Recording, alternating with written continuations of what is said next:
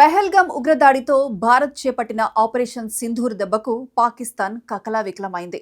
దెబ్బకు భారత్తో కాళ్ల బేరానికి వచ్చి కాల్పుల విరమణ ఒప్పందం కుదుర్చుకుంది. భారత్ అమ్ముల పొదిలోని అస్త్రాలను చూసి భయపడింది మన దాయాది దేశం పాకిస్తాన్. భారత్తో పోరాడలేక చేతులెత్తేసింది. కాల్పుల విరమణ తరువాత మాత్రం బీరాలు పలకటం మాత్రం ఆపలేదు. దానికి తోడు మేకపోతు గాంభీర్యాన్ని ప్రదర్శిస్తూ మోసపూరిత ప్రకటనలు చేస్తూ అంతర్జాతీయంగా నవ్వుల పాలైంది. అయినా సరే తన వక్రబుద్ధిని మాత్రం మార్చుకోవడం లేదు కపట పాకిస్తాన్. అయితే తాజాగా పాకిస్తాన్ ప్రధాని షెహజాద్ షరీఫ్ కు ఆర్మీ చీఫ్ అసీం మున్నీర్ ఓ చిత్రపటాన్ని బహుకరించారు. దీన్నే ఆ దాడికి సంబంధించిన చిత్రమని పేర్కొన్నారు.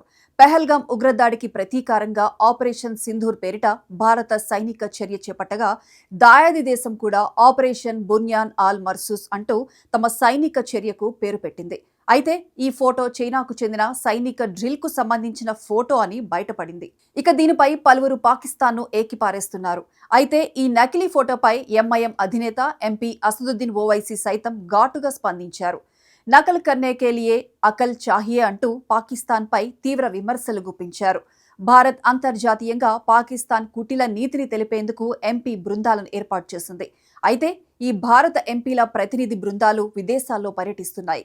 దీనిలో భాగంగా కువైట్లో పర్యటిస్తున్న బృందంలో ఎంఐఎం ఎంపీ అసదుద్దీన్ ఓవైసీ కూడా ఉన్నారు.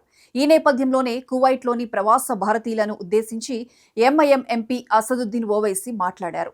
ఈ సందర్భంగా Pak army chief fake memento అంశాన్ని ప్రస్తావించారు. భారతదేశంతో పోటీ పడేందుకు పాకిస్తాన్ శతవిధాలా ప్రయత్నిస్తుందని, దీంతో అంతర్జాతీయంగా నవ్వుల పాలవుతుందని అన్నారు. పాకిస్తాన్ ప్రధాని ఆర్మీ చీఫ్ కు ఒక ఫోటోను బహుమతిగా ఇచ్చారు. ఈ మూర్ఖులు భారతదేశంతో పోటీ పడాలని కలలు కంటున్నారు. 2019లో చైనా ఆర్మీ డ్రిల్ చిత్రాన్ని షేర్ చేసి అది భారతదేశంపై విజయమని ప్రచారం చేసుకుంటున్నారు. పాక్ చెప్పేవన్నీ అబద్ధాలే. వాళ్ల ఆలోచన చూడండి ఎలా ఉందో. కాపీ కొట్టడానికి కూడా అర్హత లేని స్టూపిడ్ జోకర్స్. నకల్ కర్నే కే లియే అకల్ చాహియే అంటే కాపీ కొట్టడానికైనా తెలివితేటల అవసరం కదా అంటూ సెటైర్లు వేశారు. పాక్ చెప్పే మాటలను నమ్మొద్దని అన్నారు.